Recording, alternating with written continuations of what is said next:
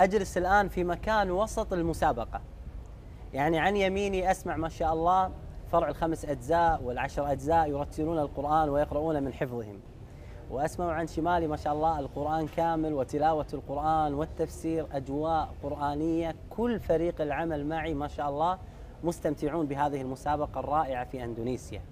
والآن أجلس ما شاء الله مع طفلة عمرها 11 سنة ما شاء الله مشاركة في فرع التلاوة، صوتها جميل ورائع. نريد أن نسمع، وحقيقة هي لا تعلم شيء من اللغة العربية أبدا، حتى لو أسألها عن اسمها ما راح تعرف. ظالم.